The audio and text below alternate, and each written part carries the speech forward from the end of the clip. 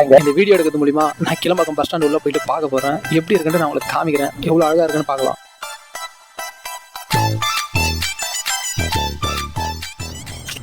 கஸ்டமரை கூப்பிட்டு வந்து ட்ராப் பண்ணிட்டோம். ராபிட்டோவில் வந்த கஸ்டமர் தான். கிளம்பாக்கம் பஸ் ஸ்டாண்ட் புதுசாக ஓப்பன் பண்ணதுக்கப்புறம் இது வரைக்கும் நான் போனதில்லை. நல்லா இருக்குன்னு சொன்னாங்க. சரி எப்படியும் வீடியோ எடுக்கிறோம், இந்த டைமில் அப்படியே நானும் பார்த்த மாதிரி இருக்கும். வீடியோவில் பார்க்காதவங்க நிறைய பேர் பார்ப்பீங்க, அதனால உள்ள போகலான்னு இருக்கேன். பஸ் ஸ்டாண்டுக்கு புதுசாக யாராச்சும் வந்தீங்கன்னா பார்க்கிங் பார்த்தீங்கன்னா இருக்கு பக்கத்தில். அதுக்கு 30 ரூபா 3 மணி நேரத்துக்கு சொல்லியிருக்காங்க. ஜஸ்ட் ஒரு 10 மினிட்ஸ் மட்டும் இங்கே பக்கத்துலேயே வண்டி ஓரமாக போட்டு உள்ளே போய் பார்த்துட்டு எப்படி இருக்குன்ட்டு ஒரு டீ குடிச்சிட்டு திருப்பி நம்ம ரிட்டர்ன் வந்துடும். இந்த கிளம்பாக்கம் பஸ் ஸ்டாண்டுக்கு பார்த்தீங்கன்னா நான் க்ரோமில் செக் பண்ணேன். அதோட பட்ஜெட் எவ்வளோ செலவு பண்ணியிருக்காங்க அப்படின்னு பார்த்தேன். 330 600 crore சம்திங் காமிக்குது. ஸோ எவ்வளோன்ட்டு எக்ஸாக்டாக தெரியல. அவ்வளோ செலவு பண்ணதுக்கு அது வர்த்தா இருக்கா இல்லையான்ட்டு உள்ளே போய் பார்த்தா தான் தெரியும்.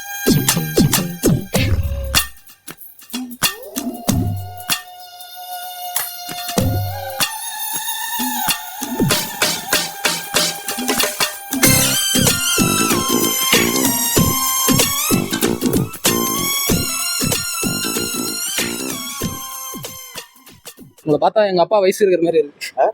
உங்களை பார்த்தா எங்க அப்பா வயசு இருக்குண்ணா உங்களுக்கு. கொஞ்சம் உங்களை பார்த்தாலும் என் பையன் பேர் இருக்கு, என் சின்ன பையன் பேர் இருக்கா.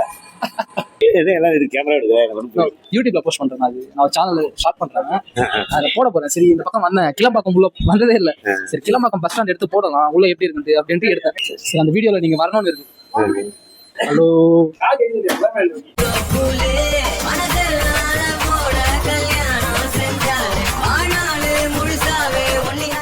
அண்ணன் பார்த்தீங்கன்னா நம்மளுக்கு தெரிஞ்சவர் தான். ஸோ அண்ணனை பார்த்துட்டு ஒரு டீ வாங்கி கொடுத்தாச்சு. அப்படியே கிளம்பாக்கம் பஸ் ஸ்டாப்பையும் சுற்றி பார்த்தாச்சு.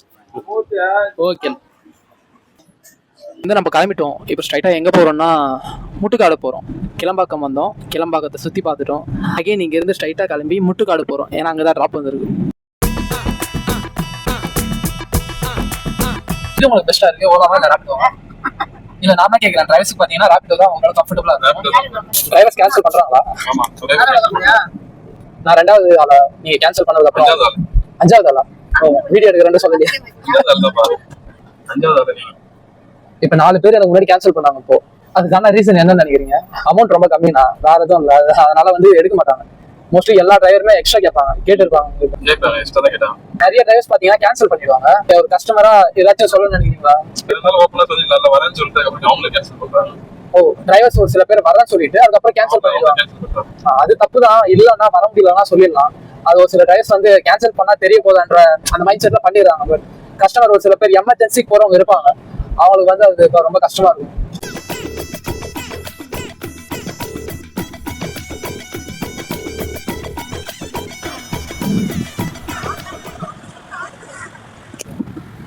கஸ்டமரை எங்கே ட்ராப் பண்ணியிருக்கேன்னா முட்டுக்காட்டில் போட் ஹவுஸ் சொல்லப்படுற பிளேஸில் ட்ராப் பண்ணியிருக்கேன். கஸ்டமர் உள்ளே போயிட்டாங்க. பட் எனக்கு உள்ளே போகணும்னு ஆசை தான்.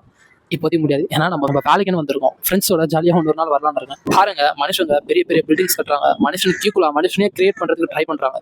ஆனால் கடவுளால் உருவாக்கப்பட்ட ஒரு விஷயம் இந்த நேச்சுரல் வாட்டராக இருந்தாலும் ஸ்கையாக இருந்தாலும் அவ்வளோ அழகாக இருக்குது.